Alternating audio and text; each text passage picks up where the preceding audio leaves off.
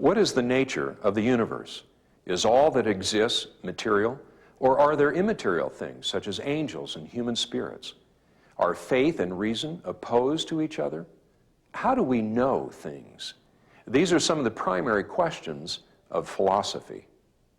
The Marxist-Leninist and secular humanist worldviews deny the existence of anything non-material. Philosophical naturalism is the belief that only nature, the material world, exists. I like to describe the naturalistic worldview in terms of a closed box where the naturalist believes that if anything exists whatsoever, it exists inside of the natural order, the physical universe, and that there is nothing that exists outside of that box, and that means that there is no God. New Agers, on the other hand, believe that everything is God and that nature is actually a manifestation of the divine. This philosophical belief is known as non-naturalism. Naturalism holds that only the physical world exists. There are no angels, there's no God, there's no human spirituality. But in contrast to that, non-naturalism holds that everything is in essence spiritual. And this follows logically from pantheism, because if God is everything and everything is God, then nothing is simply or merely natural. In contrast to both philosophical naturalism and non-naturalism, biblical Christian philosophy holds to supernaturalism. Christians believe that the material world is real, but they also believe in created things that surpass the physical universe, such as the soul, angels, and miracles.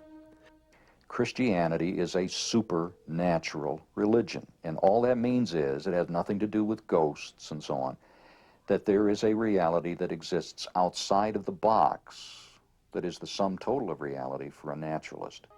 John 1:1-4 reads, "In the beginning was the Word, and the Word was with God, and the Word was God. The same was in the beginning with God. All things were made by him, and without him was not anything made that was made. In him was life, and the life was the light of men." The flow of this passage provides the basis of Christian philosophy. It says that mind came before matter. God came before humans. Plan and design existed before the creation. Life comes only from life, and true enlightenment is found in the light of the world, Jesus Christ. How do we know things? This is the question of epistemology, the study of how knowledge is acquired. According to the Christian worldview, there are lots of ways that we can know things. One is through our senses. Another is through our minds, through reason or reflection. Another is through special revelation. That is the Bible, that God can impart knowledge to us about himself that we can't access through ordinary means. Another way of knowing things, I think the Bible teaches, is through what is called natural revelation, that we can know certain things about God and morality and ethics just from reflecting on the way the world is. Christian philosophy does not deny reason or specific tests for truth. Neither do Christians believe that faith and reason are enemies. Christianity says we ought to think about our faith. It doesn't say just believe and don't think. Come now, let us reason together, Isaiah 1:18.